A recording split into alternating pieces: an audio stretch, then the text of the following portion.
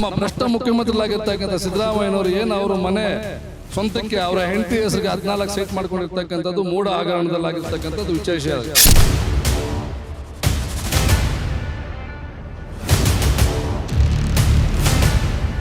ಅಹಿಂದ ನಾಯಕ ಅಹಿಂದಾಗೆ ಕೈ ಹಾಕಿ ಅಲ್ಲೇ ಹಗರಣ ಮಾಡಿದ್ದಾರೆ ಅಂತ ಹೇಳ್ತಾ ಇರೋದು ನೋಡ್ತಾ ಇದ್ದೆ. ಒಂದು SC ST ನಲ್ಲಿ ಇರೋ ದುಡ್ಡು ಎತ್ಕೊಂಡು ತಿಂತಾರಂದ್ರೆ ಅಂತ ರಾಜಕೀಯ ನಾಯಕರು ಇರಲೇಬಾರ್ದು.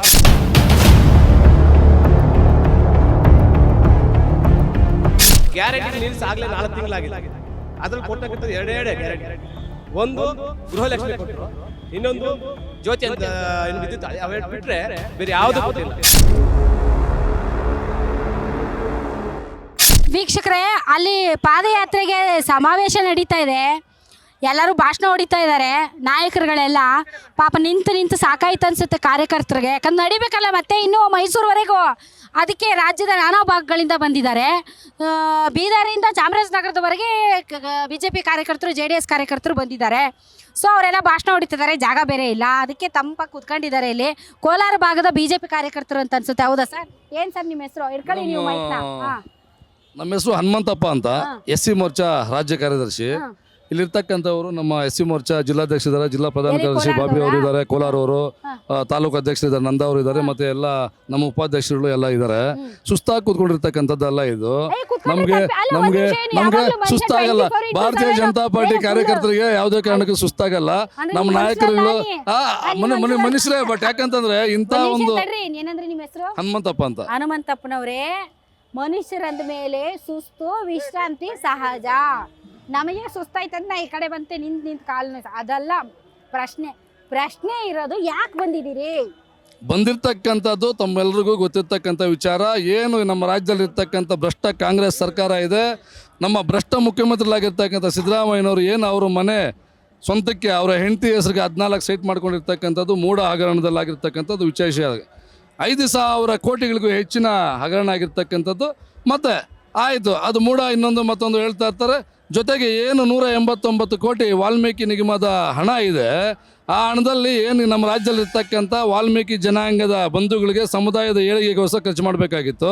ಅದನ್ನು ಹೊರತುಪಡಿಸಿ ಅವರು ಇಲ್ಲಿಂದ 189 ಕೋಟಿ ಹಣನ ತೆಲಂಗಾಣದಲ್ಲಿರ್ತಕ್ಕಂಥ ಒಂದು ಬಾರ್ ಮಾಲೀಕರ ಹೆಸರುಗಳಿಗೆ ಹಾಕಿ ಅಲ್ಲಿ ಹೆಂಡ ಖರೀದಿ ಮಾಡಿ ಅಲ್ಲಿ ಕಾಂಗ್ರೆಸ್ ಪಕ್ಷದ ಪರವಾಗಿ ಹೆಂಡ ಹಂಚಿದ್ದಾರೆ ಅಂತಂದರೆ ಇದಕ್ಕಿಂತ ದೌರ್ಭಾಗ್ಯ ಮತ್ತೊಂದು ಬೇಕಾ ನಮ್ಮ ರಾಜ್ಯಕ್ಕೆ? ಇಂಥ ಮುಖ್ಯಮಂತ್ರಿಗಳು ಬೇಕಾಗಿತ್ತಾ? ಹಾಗಾಗಿ ಏನು ನಮ್ಮ ರಾಜ್ಯಕ್ಕೆ ಮೋಸ ಮಾಡಿರ್ತಕ್ಕಂಥದ್ದು.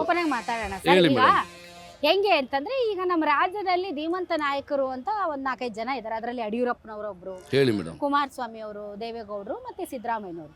ಇಲ್ಲಿವರೆಗೆ ನೋಡ್ಕೊಂಡ್ ಬಂದಂತ ಸಿದ್ದರಾಮಯ್ಯ ನಿಮ್ಮೆಲ್ಲರಿಗೂ ಗೊತ್ತಿದೆ. ಅವ್ರೇನು ಹೇಳ್ತಿದ್ರು, 40 ವರ್ಷದ ರಾಜಕಾರಣಿಯಲ್ಲಿ ನನ್ನ ಯಾವತ್ತೂ ಕೂಡ ಒಂದು ಭ್ರಷ್ಟಾಚಾರ ಇಲ್ದಂಗೆ ನಾನು ಕೆಲಸ ಮಾಡ್ಕೊಂಡ್ ಬಂದಿದ್ದೀನಿ ಅಂತ. ಅದು BJP ಕಾರ್ಯಕರ್ತರಾಗಲಿ, JDS ಕಾರ್ಯಕರ್ತರಾಗಲಿ, ಅದೊಂದು ಒಂದು ಸಾಫ್ಟ್ ಕಾರ್ನರ್ ಇತ್ತು ಅವ್ರ ಮೇಲೆ. ಹೌದಾ? ಸಿದ್ದರಾಮಯ್ಯನವರಂದ್ರೆ ಪರವಾಗಿಲ್ಲಪ್ಪ, ಒಬ್ಬ ಒಳ್ಳೆ ಆಡಳಿತ ಅಂತ. ಆದರೆ ಇವತ್ತು ಹೆಂಡತಿ ಹೆಸರಿನಲ್ಲಿ ಸೈಟ್ ಆಗಿರ್ಬೋದು, ಅವರದೇ ಮೂಗಿನ ಕೆಳಗಡೆ ನಡೆದಿರುವಂಥ ವಾಲ್ಮೀಕಿ ನಿಗಮ ಹಗರಣ ಆಗಿರ್ಬೋದು, ಅವ್ರ ಬಗೆಗಿನ ಅಭಿಪ್ರಾಯವನ್ನ ಬದಲಾಯಿಸ್ಬಿಟ್ಟಿದೆಯಾ ಜನರಲ್ಲಿ? ಅದು ಹೇಳ್ತೀನಿ ಮೇಡಮ್. ಈಗ ಏನು ಕಳೆದ ಬಾರಿ ವಿಧಾನಸಭಾ ಚುನಾವಣೆಯಲ್ಲಿ ಪಂಚ ಗ್ಯಾರಂಟಿಗಳು ಅಂತ ಹೇಳ್ಬಿಟ್ಟು ಕೊಟ್ಟು ಇವರು ಜನಕ್ಕೆ ಕಣ್ಣಿಗೆ ಬೂದಿ ಹರಿಸುವಂಥ ಕೆಲಸ ಮಾಡಿ ಯಾಮಾರಿಸ್ಕೊಂಡು ಬಂದು ಗ್ಯಾರಂಟಿಗಳು ಕೊಡ್ತೀವಿ ಅಂತ ಗೆದ್ಕೊಂಡ್ಬಂದರು. ಆ ಟೈಮಲ್ಲಿ ಕಾಂಗ್ರೆಸ್ ಸರ್ಕಾರ ಅಧಿಕಾರಕ್ಕೆ ಬಂದಾಗ ಇಡೀ ದಲಿತ ಸಮುದಾಯ ಆಗ್ಬೋದು, ಬೇರೆ ಬೇರೆಯವರಾಗ್ಬೋದು, ನಮಗೆಲ್ಲ ಇನ್ನು ಜೀವನ ಸರೋಗ್ಬಿಡ್ತದಪ್ಪ, ನಾವು ಉದ್ಧಾರ ಆಗ್ಬಿಡ್ತೀವಿ ಅಂತ ಆಶಾಭಾವನೆಯಿಂದ ಚುನಾವಣೆಯಲ್ಲಿ ಮತ ಕೊಡ್ತಾರೆ ಕಾಂಗ್ರೆಸ್ ಪರವಾಗಿ. ಅದಕ್ಕೆ ಆಯಿತು, ಜನಾಭಿಪ್ರಾಯನ ನಾವು ಕೂಡ ಒಪ್ಕೊಂಡಿದ್ವಿ ಭಾರತೀಯ ಪಕ್ಷದವರು. ಆದರೆ ಕಾಂಗ್ರೆಸ್ ಪಕ್ಷನ ಬಿಟ್ಬಿಡಿ, ಐ ಪರ್ಟಿಕ್ಯುಲರ್ಲಿ ಟಾಕಿಂಗ್ ಅಬೌಟ್ ಸಿದ್ದರಾಮಯ್ಯನವರು. ಯಾಕೆ ಅಂತಂದ್ರೆ, ಇವತ್ತು ನೀವು ಪಾದಯಾತ್ರೆಗೆ ಆಯ್ಕೆ ಮಾಡ್ಕೊಂಡಿರುವ ದಿನದ ವಿಶೇಷ ಏನು ಗೊತ್ತಾ? ಏನ್ ಹೇಳಿ ಇವತ್ತು ದಿನದ ವಿಶೇಷ? ಮೇಡಮ್, ದಿನದ ವಿಶೇಷ ಅನ್ನೋದಕ್ಕಿಂತ ನಮ್ಮ ರಾಜ್ಯ ಮುಖಂಡರು ಏನು ತೀರ್ಮಾನ ಮಾಡ್ತಾರೆ, ಇದು ಮಾಡ್ತಾರೆ. ಹೇಳಿ ಮೇಡಮ್, ತಾವ್ ಹೇಳಿ ಮೇಡಮ್. ಇವತ್ತು ಸಿದ್ದರಾಮಯ್ಯನವ್ರ birthday. So it's purely concentrated on ಸಿದ್ದರಾಮಯ್ಯನವರು. ಹೌದಾ? ಒಂದು ನಿಮಿಷ ತಡ್ರಿ. ಸೊ ನೀವು ಸಿದ್ದರಾಮಯ್ಯ, ನಾನು ಕೇಳಿದ ಪ್ರಶ್ನೆ, ಸಿದ್ದರಾಮಯ್ಯನವ್ರ ಬಗ್ಗೆ ಒಂದು ಇಮೇಜ್ ಇತ್ತು, ಆ ಇಮೇಜ್ ಈಗ ಡ್ಯಾಮೇಜ್ ಆಗಿದೆಯಾ ಮೇಡಮ್? ಡ್ಯಾಮೇಜ್ ಅಂತಂದ್ರೆ ಅದು ಇಮೇಜೇ ಅಲ್ಲ ಮೇಡಮ್. ಈಗ ನಾನು ಹೇಳಿರ್ತಕ್ಕಂಥದ್ದು ಅವ್ರು ಗೊತ್ತಿದ್ರೆ ಸಣ್ಣ ಪುಟ್ಟ ತಪ್ಪಾದ್ರೆ ಪ್ರಾಬ್ಲಮ್ ಇಲ್ಲ. ಆದರೆ ಏನೋ ಯಾವುದೋ ಒಂದು ಸರ್ಕಾರದಲ್ಲಿ ಒಂದು ಬಿಲ್ ಮಾಡುವಂಥ ಸಂದರ್ಭದಲ್ಲಿ ಆಗ್ಬೋದು, 100 ರೂಪಾಯಿ ಖರ್ಚು ಮಾಡಿ 150 ರೂಪಾಯಿ ಬಿಲ್ ಮಾಡ್ತಿದ್ರೆ ಅದೊಂಥರ. ಇದು ಏಕಾಏಕಿ 189 ಕೋಟಿ ಹಣನ ಪಕ್ಕದ ರಾಜ್ಯದಲ್ಲಿ ಚುನಾವಣೆ ನಡೆಯುವಂಥ ಸಂದರ್ಭದಲ್ಲಿ ಕಾಂಗ್ರೆಸ್ ಅಭ್ಯರ್ಥಿಗಳ ಪರವಾಗಿ ಮಧ್ಯ ಹಂಚೋದಕ್ಕೋಸ್ಕರ 189 ಕೋಟಿ ಹಂಚಿದ್ದಾರೆ ಅಂತಂದ್ರೆ ಎಂಥ ಮುಖ್ಯಮಂತ್ರಿ ಇರ್ಬೋದು ಇವರು ಸಿದ್ದರಾಮಯ್ಯನವರು? ನಮ್ಗೆ ಗೌರವ ಇತ್ತು, ನೀರು ಮುಸುದಿಗಳು ಅಂತ ಹೇಳ್ಬಿಟ್ಟು ಹಿಂದೆ ಅದನ್ನ ಆದರೆ ಹೇಳಕ್ಕೆ ಇಷ್ಟೆಲ್ಲ ಕೊಂಕಣ ಸುತ್ತಿ ಬಯಲಾಟ ಹೇಳ್ಬೇಕಲ್ಲ ವಿಷಯ ಹೇಳ್ಬೇಕಲ್ಲ ವಿಷಯ ಹೇಳ್ಬೇಕಲ್ಲ ರಮೇಶ್ ಒಂದು ನಿಮಿಷ ಇದು ಮಾಡಬೇಕಲ್ಲ ಅದೊಂದಾಯ್ತು. ಮತ್ತೆ ಸಂವಿಧಾನಬದ್ಧವಾಗಿ ಏನು SCP TSP ಹಣ ಇತ್ತು ನೇರ ಈ ಹಣವನ್ನು ಯಾವುದೇ ಕಾರಣಕ್ಕೂ ಬೇರೆದಕ್ಕೆ ಬಳಸಬಾರ್ದು, SC ST ಸಮುದಾಯದ ಜನಾಂಗಕ್ಕೋಸ್ಕರ ಮಾತ್ರ ಬಳಸಬೇಕು ಅಂತ ಹೇಳ್ಬಿಟ್ಟು ಸಂವಿಧಾನಬದ್ಧವಾಗಿರ್ತಕ್ಕಂಥ ನಿಯಮಗಳಿದು. ಆದರೆ ಸಿದ್ದರಾಮಯ್ಯನವರು ಬಂದ ಮೇಲೆ ಏನು 25,000 ಕೋಟಿ SCP TSP ಹಣ ಎತ್ಕೊಂಡೋಗಿ ಗ್ಯಾರಂಟಿಗಳು ಬಳಸ್ಕೊಂತೀವಿ ಅಂತಂದರೆ ಅಲ್ಲಿಗೆ ದಲಿತರನ್ನು ದಮನ ಮಾಡಬೇಕು ಅಂತ ಹೊಟ್ಟಿರ್ತಕ್ಕಂಥ ನಿರ್ಧಾರ ಅಂತ ತಿಳ್ಬೋದು ಮೇಡಮ್. ನೀವು ಒಂದು ಮಾತು ಕೇಳಿದ್ರಲ್ಲ ಮೇಡಮ್, ಸಿದ್ದರಾಮಯ್ಯ ಹೆಸರು ಡ್ಯಾಮೇಜ್ ಆಯ್ತಂತ. SCPನಲ್ಲಿ 1,134 ಕೋಟಿ ಎತ್ಕೊಂಡು ಗ್ಯಾರಂಟಿಯಾಗಿ ಬಳಸಿದ್ರಲ್ವಾ, ಅವತ್ತೇ ಅವ್ರ ಹೆಸರು ಆಯ್ತು ಮೇಡಮ್. ಒಂದು SC STನಲ್ಲಿ 187 ಕೋಟಿ ಎತ್ತಿ ನೀವು ಎಲೆಕ್ಷನ್ ಬಳಸ್ಕೊಂಡಿದ್ದೀರಲ್ವಾ. ಸರ್ ಬರೀ ಇದು ವಾಲ್ಮೀಕಿ ಅಂತಂದ್ರೆ ಅದು ST ಬರುತ್ತೆ ಹೌದಾ? ಸೊ ಇವಾಗ SCಗಳಿಗೆ ಮೀಸಲಾದ ಹಣನ ಗ್ಯಾರಂಟಿಗಳಿಗೆ ಬಳಸ್ಕೊಳ್ಳೋದು ಒಂದು ಕಡೆ, ವಾಲ್ಮೀಕಿ ನಿಗಮದ್ದು ಬಳಸ್ಕೊಳ್ಳೋದು ಐ ಮೀನ್ ಅದರಲ್ಲಿ ಹಗರಣ ಮಾಡಿರೋದು ಒಂದು ಕಡೆ. ಯಾಕೆ ಈಗ ಅಹಿಂದ ನಾಯಕ, ಅಹಿಂದ ಅಂದ್ರೆ ಏನಪ್ಪ, ಅಲ್ಪಸಂಖ್ಯಾತರು, ಹಿಂದುಳಿದವರು, ದಲಿತರು. ಸೊ ಅಹಿಂದ ನಾಯಕ ಅಹಿಂದಾಗೆ ಕೈ ಹಾಕಿ ಅಲ್ಲೇ ಹಗರಣ ಮಾಡಿದ್ದಾರೆ ಅಂತ ಹೇಳ್ತಾ ಇರೋದು ನೋಡ್ತಾ ಇದ್ರೆ ಇದು ಭಾರಿ ಆಶ್ಚರ್ಯ ಆಗತ್ತಪ್ಪ. ಅದೇ ಮೇಡಮ್ ಹೇಳ್ತಾ ಇರೋದು, ನೀವು ಹೆಸರು ಡ್ಯಾಮೇಜ್ ಅಂದ್ರಲ್ವಾ, ಅವತ್ತೇ ಹೊಟ್ಟೋಯ್ತು ಅವ್ರ ಹೆಸರು, ಇವತ್ತು ಹೋಗಿಲ್ಲ. ಅವರೇ ಅವತ್ತು ಹೋಯ್ತು, SCPನಲ್ಲಿ ಕೈ ಇಟ್ಟಿದಾಗ ಹೋಯ್ತು. STನಲ್ಲಿ 187 ಕೋಟಿ ತಗೊಂಡ್ರಲ್ವಾ, ಅವತ್ತೇ ಹೋಯ್ತು ಮೇಡಮ್. ಇವತ್ತು ಬರ್ತ್ಡೇ ತಂದಿರ್ತಾ ಇದ್ರಲ್ವಾ, ಅವ್ರದ್ದು ಅವತ್ತೇ ಹೋಯ್ತು ಮೇಡಮ್. ಒಂದು SC STನಲ್ಲಿ ಇರೋ ದುಡ್ಡು ಎತ್ಕೊಂಡು ತಿಂತಾರಂದ್ರೆ ಅಂತ ರಾಜಕೀಯ ನಾಯಕರು ಇರಲೇಬಾರ್ದು. All right. ಈಗ ಸರ್ ಈಗ ಯಾವುದೇ ಒಂದು ಹೋರಾಟಗಳಾಗಿರ್ಬೋದು, ಈಗ ಉದಾಹರಣೆಗೆ ಈಗ ಜನಸಾಮಾನ್ಯರ ಪರವಾಗಿ ಹೋರಾಟ ಮಾಡೋದು ಇದ್ದಿದ್ದೇ ಇದೆ, ಇನ್ನೊಂದು ಕಡೆ ಪಕ್ಷದ ಪರವಾಗಿ ಹೋರಾಟ ಮಾಡೋದು. ಈಗ BJP ಪಕ್ಷ ಬೀದಿಗಿಳಿದಿದೆ ಹೋರಾಟ ಮಾಡೋದಕ್ಕೆ, ಇದರಿಂದ BJPಗೆ ಯಾವ ರೀತಿ ಲಾಭ ಆಗ್ಬೋದು ಅಂತ ಅನ್ಸುತ್ತೆ ಮೇಡಮ್? BJPಗೆ ಲಾಭಕ್ಕಿಂತ ಜನರಿಗೆ ಆಗ್ತಾ ಇರೋ ತೊಂದರೆಗಳು, ಇವತ್ತೇನು ಕರ್ನಾಟಕದಲ್ಲಿ ಯಾವುದೇ ಒಂದು ಅಭಿವೃದ್ಧಿ ಆಗ್ತಾ ಇಲ್ಲ, ಒಂದು ಶೂನ್ಯವಾದ ಅಭಿವೃದ್ಧಿ ಆಗಿದೆ. ಏನು ಇವರು 5 ಗ್ಯಾರಂಟಿಗಳು ಅಂತ ಹೇಳ್ತಾರಲ್ಲ, ಗ್ಯಾರಂಟಿಗಳು ನಿಲ್ಲಿಸಿ ಆಗಲೇ 4 ತಿಂಗಳಾಗಿದೆ. ಅದ್ರಲ್ಲಿ ಕೊಟ್ಟಕ್ಕಿಂತ ಎರಡೇ ಗ್ಯಾರಂಟಿಗಳು. ಒಂದು ಗೃಹಲಕ್ಷ್ಮಿ ಕೊಟ್ಟರು, ಇನ್ನೊಂದು ಜ್ಯೋತಿ ಅಂತ ಏನು ವಿದ್ಯುತ್, ಅವೆರಡು ಬಿಟ್ಟರೆ ಬೇರೆ ಯಾವುದೂ ಕೊಟ್ಟಿಲ್ಲ. ಇಷ್ಟೊತ್ತೆಲ್ಲ ಇಷ್ಟೊಂದು ಜನ ಇವತ್ತೇನು ಕರ್ನಾಟಕ ರಾಜ್ಯದ ಜನ ಎಲ್ಲ ಬಂದು ಒಂದು ಹೋರಾಟ ಮಾಡ್ತಾರೆ. ಏನಕ್ಕೋಸ್ಕರ ಅಂತ ಹೇಳಿದ್ರೆ ಈ ಭ್ರಷ್ಟಾಚಾರ ಸರ್ಕಾರವನ್ನು ತೊಲಗಿಸ್ಬೇಕು ಅಂತ.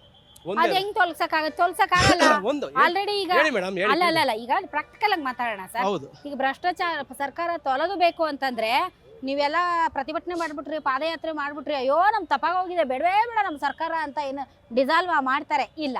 ಈಗ ಉದಾಹರಣೆ ಸಿದ್ದರಾಮಯ್ಯ ಅವ್ರ ಮೇಲೆ ಆರೋಪ ಬಂದ್ರೆ ಸಿದ್ದರಾಮಯ್ಯ ಅವ್ರನ್ನ ಇಳಿಸಬಹುದು, ಇನ್ನೊಬ್ರು ಮುಖ್ಯಮಂತ್ರಿ ಮೇಡಮ್. ಇವಾಗ 187 ಕೋಟಿದು ಅವರೇ ಒಪ್ಕೊಂಡಿದ್ರೆ ಆಗಿದೆ, ತನಿಖೆ ಆಗ್ತದೆ ಅಂತ ನಿಮ್ಮ ಮುಖಾಂತರ ಆಗಿರೋದು. ನೀವೇ ತಾನೇ ಹಣಕಾಸು ನಿಮ್ಮ ತಂದುಕೊಂಡಿರೋದು. ಬೊಮ್ಮಾಯಿ ಅವ್ರು ಮುಖ್ಯಮಂತ್ರಿ ಆಗಿದ್ರಲ್ಲ, ಅವಾಗ PSI ಹಗರಣ ಆಯ್ತು.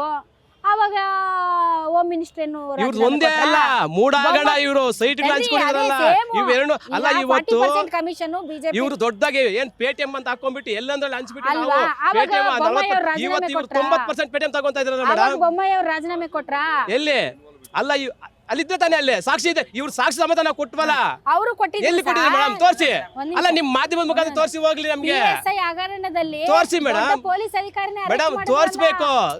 ಸುಮ್ನೆ ತೋರಿಸ್ಬೇಕು. ಇವಾಗ ನಾವು ತೋರಿಸ್ವಲ್ಲ, ನಾಗೇಂದ್ರ ಇವತ್ತು ಏನ್ ಸಚಿವರನ್ನ ಇಳಿಸಿದ್ವಲ್ಲ, ಇಳಿಸ್ಬಿಟ್ಟು ಇವಾಗ ಒಂದು ಅರೆಸ್ಟ್ ಆಗ್ತದೆ ED ಮುಖಾಂತರ. ನೀವು ಬಿಜೆಪಿ ಕಾರ್ಯಕರ್ತರು ಅಂತ PSI ನಾವು ಬಿಜೆಪಿ ಕಾರ್ಯಕರ್ತ ಅಂತ ಹೇಳ್ತಾರೆ ಮೇಡಮ್. ಇವತ್ತು ರಾಜ್ಯ ಜನಕ್ಕೆ ವಾಲ್ಮೀಕಿ ನಿಗಮದಿಂದ ಮತ್ತೆ ST ಸಮುದಾಯಕ್ಕೆ ಆಗುತ್ತೆ ಅನ್ಯಾಯ, ಯಾರು ಕೇಳೋರೇ ಇಲ್ಲ. ನಿಮ್ಮ ಮಾಧ್ಯಮ ಮುಖಾಂತರ ಕೇಳಲ್ಲ ನೀವು. ತಡ್ರಿ ಸರ್, ಹಗರಣ ಆಯ್ತಾ ಇಲ್ವಾ? ಯಾವ್ದು ಮೇಡಮ್? ಹಗರಣ ಆಯ್ತಾ ಇಲ್ವಾ? ಮೇಡಮ್ ಹಗರಣ ಆಗಿದ್ರೆ ಇಷ್ಟೊಂದಿಗೆ ಇಲ್ಲಿ ರಾಜ್ಯ ಸುಮ್ಮನೆ ಇರ್ತಿಲ್ಲ. ನೀವು ಬಿಜೆಪಿ ಪಕ್ಷದವ್ರು ಇರ್ಬೋದು, ನಾವು ಯಾವ ಪಕ್ಷದವರು ಅಲ್ಲ. ಈಗ ತರ್ರಿ, ಬಿಜೆಪಿ ಗವರ್ನಮೆಂಟ್ ಇದ್ದಾಗ PSI ಹಗರಣ ಸೇರಿದಂತೆ ಹಲವಾರು ಹಗರಣಗಳಾಯ್ತು, ಹೌದಾ? ಸೊ ಆಯ್ತು. ಆದಾಗ ಆವಾಗಿನ ಮುಖ್ಯಮಂತ್ರಿಗಳಾದ ಬಸವರಾಜ ಬೊಮ್ಮಾಯಿ ಅವರು ರಾಜೀನಾಮೆ ಕೊಟ್ರಾ? ಎಲ್ಲಿ? ದಯವಿಟ್ಟು ತಾವು ಕೇಳಿರ್ತಕ್ಕಂಥ ಪ್ರಶ್ನೆಗೆ ಉತ್ತರ ಆಯ್ತು ಆಯ್ತು. ನೀವು ಮಾಡ್ತಾ ಇರ್ತಕ್ಕಂಥದ್ದು ಏನು ಪಬ್ಲಿಕ್ ಪರವಾಗಿದ್ದೀರಾ, ಮೀಡಿಯಾ ತುಂಬ ಸಂತೋಷ, ಕಾಳಜಿಯಿಂದ ನೀವು ಕೇಳ್ತೀರಿ. ಆದರೆ ಆ ಹಗರಣಕ್ಕೂ ಇದಕ್ಕೂ ಸಂಬಂಧ ತರಬೇಡಿ. ಯಾಕಂತಂದ್ರೆ ಅದು ಆ ನಾನ್ ಟೈಮಲ್ಲಿ ತರ್ತಿಲ್ಲ ಸರ್, ಅವ್ರು ಏನಾಗಬೇಕು ಅವಾಗ ಏನು ಕಮ್ಮಿ ಆಗಿದೆ, ಹಂಗೆಲ್ಲ ನಾವೇ ಕೊಡ್ಬೇಕು. ಮೇಡಮ್ ಆಗಿದೆ. ಆದ್ರೆ ಇವಾಗ ಅದಕ್ಕೂ ಇದಕ್ಕೂ ತುಂಬಾ ಡಿಫ್ರೆನ್ಸ್ ಇದೆ.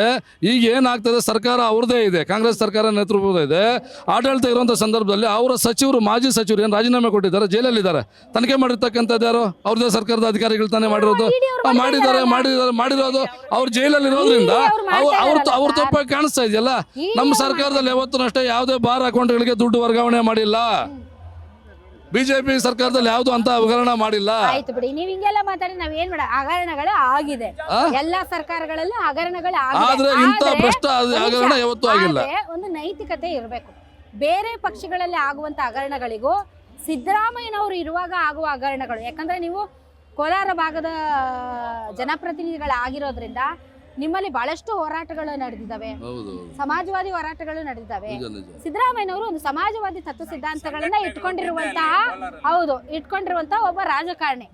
ಬೇರೆ ಯಾರೋ ಬಿಸ್ನೆಸ್ ಮೆನ್, ಯಾರೋ ಒಬ್ಬ ರಿಯಲ್ ಎಸ್ಟೇಟ್ ಮಾಡೋರು ರಾಜಕೀಯಕ್ಕೆ ಬಂದು ಇಂಥವು ಮಾಡಿದಾಗ ಜಾಸ್ತಿ ಅವ್ರು ಇರೋದೇ ಹಂಗೆ ಅನ್ಬೋದು. ಬಟ್ ಸಮಾಜವಾದಿ ಮೂಸೆಯಿಂದ ಬಂದಂತಹ ಸಿದ್ದರಾಮಯ್ಯನವ್ರ ಮೇಲೆ ಇಂತಹ ಕಳಂಕ ಬಂದಾಗ ಡೆಫಿನೆಟ್ಲಿ ಇಲ್ಲಿ ಒಂದು ನೈತಿಕತೆಯ ಪ್ರಶ್ನೆ ಬರುತ್ತೆ. ಅವ್ರು ಕರೆಕ್ಟ್ ನೈತಿಕತೆ ಇದ್ದಿದ್ರೆ ಈ ಕೂಡಲೇ ಅವರು ರಾಜೀನಾಮೆ ಕೊಟ್ಟು ಆಯ್ತು, ಇನ್ನೊಬ್ಬ ನಾನು ಮುಖ್ಯಮಂತ್ರಿ ಮಾಡ್ಕೊಳ್ಳಿ, ಅದು ಬೇರೆ ಪ್ರಶ್ನೆ. ಅವ್ರು ರಾಜೀನಾಮೆ ಕೊಟ್ಟು ನನ್ನ ಮೇಲೆ ಬಂದಿರತಕ್ಕಂಥ ಆರೋಪಗಳು ಸಾಬೀತು ಮಾಡಿ ಅದು ತದನಂತರ ನಾನು ಬೇಕಾದ್ರೆ ಬರ್ತೀನಿ ಅಂತ ಹೇಳ್ಬೋದಾಗಿತ್ತು. ಅದು ಮಾಡಿಲ್ಲ ಅವರು. ಡಿ ಕೆ ಶಿವಕುಮಾರ್ ಅವರು, ನೀವು ಪಾದಯಾತ್ರೆ ಮಾಡ್ತಾ ಇದ್ದೀರಲ್ಲ, ನಿಮ್ಗಿಂತ ಮುಂದೆ ಅವ್ರು ಜನಾಂದೋಲನ ಮಾಡ್ತಾ ಇದ್ದಾರೆ ನೀವು ಹೋಗೋ ಪ್ಲೇಸ್ ಅಲ್ಲಿ. ಮೇಡಮ್, ಈ ಕಳ್ತನ ಮಾಡಿರ್ತಕ್ಕಂಥವ್ರು ಕಳ್ತನದಿಂದ ನಾವು ಮಾಡಿಲ್ಲ ಅಂತ ತಪ್ಪಿಸ್ಕೊಳ್ಳೋಕೋಸ್ಕರ 100 ಪ್ರಯತ್ನ ಮಾಡ್ತಾರೆ. ಆದ್ರೆ ಈಗ ಏನು ಪಾದಯಾತ್ರೆ ಮಾಡ್ತಾ ಇದೀವಿ 100% ಸಿಕ್ಕಾಕೊಂತಾರೆ. ನಿನ್ನೆ ಒಂದು ಮಾತು ಹೇಳಿದ್ದಾರೆ, ವಿಜಯೇಂದ್ರ ಗಂಡಸೆ ಆಗಿದ್ರೆ, ಡಿ ಕೆ ಶಿವಕುಮಾರ್ ಅವರು ವಿಜಯೇಂದ್ರ ಗಂಡಸೆ ಆಗಿದ್ರೆ ತೆಗಿರಿ, ನಾನು ಏನೇನು ಮಾಡಿದ್ದೀನಿ ಹೊರಗಡೆ ಹಾಕ್ಲಿ ಅಂತ. ವಿಜಯೇಂದ್ರ ಅವರು ಗಂಡಸೆ, ಭಾರತೀಯ ಜನತಾ ಪಕ್ಷದಲ್ಲಿ ಗಂಡಸಿದ್ದಾರೆ. ಆದ್ರೆ ನಾವು ಅದ್ರ ಬಗ್ಗೆ ಮಾತಾಡಲ್ಲ. ಅವರು ಗಂಡಸ ಹೆಂಗಸ ಅಂತ ಮಾತಾಡ್ಕೊಂಡು ಈ ತರ ಕನ್ಫ್ಯೂಸ್ ಮಾಡೋಂಥದ್ದು ಹೋಗಿದ್ರೆ ಅದು ನಾವು ಮಾತಾಡೋದು ಬೇಡ, ನಮ್ಮ ಸಂಸ್ಕೃತಿ ಅಲ್ಲ ಅದು. ಹೇಳ್ತಾ ಇದ್ದೀನಿ ಅಂದ್ರೆ, ಈಗ ಅವ್ರು ಯಾರನ್ನಾದ್ರೂ ಮುಖ್ಯಮಂತ್ರಿ ಮಾಡ್ಕೊಳ್ಳಿ ಅಂತಂದ್ರೆ ಸೆಕೆಂಡ್ ಬರೋದೇ ಅವರಲ್ವಾ, ಅದಕ್ಕೆ ಹೇಳ್ತಿದ್ದೀನಿ ನಾನು ಅಷ್ಟೇ. ಕರೆಕ್ಟ್, ಯಾರೇ ಅಧಿಕಾರದಲ್ಲಿ ಯಾರೇ ಬರ್ಲಿ. ನೀವು ಮೀಡಿಯಾದಲ್ಲಿ ಹೇಳ್ತಾ ಇದ್ರೆ D K Shivakumar next chief minister ಅಂತ. ನಿಮ್ ಕುಮಾರಸ್ವಾಮಿ ಅವರೇ ಹೇಳ್ತಾ ಇದಾರಲ್ಲ, ಬಿಡಿ ಅವ್ರಿಗೆ. ಕುಮಾರಸ್ವಾಮಿ ಅವರು ಹೇಳಿಲ್ವಾ ಸರ್? ಏನ್ ಹೇಳಿದ್ರು ಹೇಳಿ? ಏನ್ ಹೇಳಿದ್ರು ಕುಮಾರಸ್ವಾಮಿ? ಸವಾಲ್ ಹಾಸ್ಕೊಂಡು ಕೂತಿದ್ದಾರೆ ಸಿಎಂ ಸ್ಥಾನಕ್ಕೆ, ಅವರೇ ಇದೆಲ್ಲ ಹಗರಣಗಳನ್ನ ಹೊರಗಡೆ ತರ್ತಾರೆ. ಅದು ನಮ್ಗೆ ಗೊತ್ತಿಲ್ಲ ಮೇಡಮ್, ಅದಕ್ಕೂ ನಮ್ ಸಂಬಂಧ ಇಲ್ಲ. ನೀವು ಅವ್ರು ಸೇರೆ ಮಾಡ್ತಾ ಇರೋದು ಹೋರಾಟ ಮಾಡ್ತಾ ಇದೀವಿ. ಈ ಹೋರಾಟ ಸ್ಪೆಸಿಫಿಕ್ ಆಗಿ ಮಾಡ್ತಾ ಇರ್ತಕ್ಕಂಥದ್ದು ಏನು 2-3 ವಿಷಯಗಳಿದ್ದಾವೆ. ಆ ವಿಷಯಗಳು ಹೆಣ್ಮಕ್ಳು ಮಾತಾಡ್ತಾರೆ. ನಮ್ಗೆ ನೀರಿನ ತುಂಬಾ ಪ್ರಾಬ್ಲಮ್ ನಮ್ ಕಡೆ ಅಂದ್ರಳ್ಳಿ ಹಳ್ಳಿ ಏನ್ ಮಾಡ್ತಾರೋ ಕೇಳೋದಲ್ವಾ? ಏನ್ ಮಾಡ್ತಾರೋ ಏನಿಲ್ವಾ ನಮ್ಗೆ ಇಲ್ಲಿಗೆ ಯಾವ ಸರ್ಕಾರನ ಆಗ್ಲಿ ನೀರಿಲ್ಲ. ಇವಾಗ 3 ತಿಂಗಳಿಂದ ದುಡ್ಡು ಹಾಕಿಲ್ಲ. ನೀವು ಇವನ್ನ ಕೇಳಿ, ನೀರಿಲ್ವಂತೆ ಸರ್. ನಮ್ ಕಡೆ ಯಾರು ಮಾತಾಡೋರು, ಯಾರು ಬರೋರು ಇಲ್ಲ, ಮಾತಾಡೋರು ಇಲ್ಲ. ಅಲ್ಲ, ಒಂದ್ ನಿಮಿಷ ತಡ್ರಿ. ಏನ್ ಗೊತ್ತಾ? ಒಂದ್ ನಿಮಿಷ, ಏನ್ ಇವ್ರ ಹೆಸರು? ಓಟ್ ಹಾಕುವಾಗ ಮಾತ್ರ ಬರ್ತಾರೆ, ಅಷ್ಟ್ ಬಿಟ್ರೆ ಬೇರೆ ಯಾವತ್ತೂ ಬರಲ್ಲ. ಗೊತ್ತಾ? ಸುಮ್ನೆ ಪಾದಯಾತ್ರೆ ಕರ್ಕೊಂಬರೋದಲ್ಲ ಹೆಣ್ಮಕ್ಳನ್ನ, ಅವ್ರ ಸಮಸ್ಯೆನ ಬಗೆಹರಿಸ್ಬೇಕು ನೀವು. ನೀರಿಲ್ಲ ನಮ್ ಕಡೆ. ನೀರಿಂದ ಒಂದು ಸಮಸ್ಯೆ ಬಗೆದ್ರೆ ಸಾಕು. ನೀರಿಲ್ಲ. ಈಗ ಮಳೆ ಬಂದಿದೆ, ನೀರಿಲ್ಲ. ನಮ್ ರೋಡ್ ನೀರಿಲ್ಲ. ಎದ್ದೋಗ್ತಾವ್ರೆ ನೋಡಿ, ಪಾದಯಾತ್ರೆ ಕರ್ಕೊಂಡು ಬಂದ್ಬಿಟ್ಟು. ನೀರಿಲ್ಲ ನಮ್ ಕಡೆ. ನಮ್ಗಿನ್ನೇನು ಬೇಡ, ನೀರೊಂದಿದ್ರೆ ಸಾಕು. ಗೊತ್ತಾ? ಅಂದ್ರಳ್ಳಿ ಇದು SLV ಹಾಸ್ಪಿಟ್ಲ್ ಇದೆ, ಆ ರೋಡಲ್ಲಿ 2 ವರ್ಷ ಆಗೈತಿ ನೀರ್ ಬಂದು. ನೀರಿಲ್ಲ ನಮ್ ಕಡೆ. ನಮ್ ಕಡೆ ಯಾರು ಮಾತಾಡೋರು ಇಲ್ಲ, ಹಿಂಗೆ TV9 ಅವರು ಬರೋರು ಇಲ್ಲ. ಆ ಕಡೆ ರೋಡ್ಗೆಲ್ಲ ಬಂದಿದ್ರು TV9 ಅವರು. ನೀರೇ ಇಲ್ಲ ನಮ್ ಕಡೆ. ನೀರೊಂದು ಸಿಕ್ಕಿದ್ರೆ ನಮ್ಗೆ ಇನ್ನೇನು ಬೇಡ, ನೀರಿಂದ ಪ್ರಾಬ್ಲಮ್. ಆಯ್ತಾಯ್ತಾಯ್ತು. ಗ್ಯಾರಂಟಿ ನ್ಯೂಸ್, ಸುದ್ದಿ ಖಚಿತ, ನ್ಯಾಯ ನಿಶ್ಚಿತ.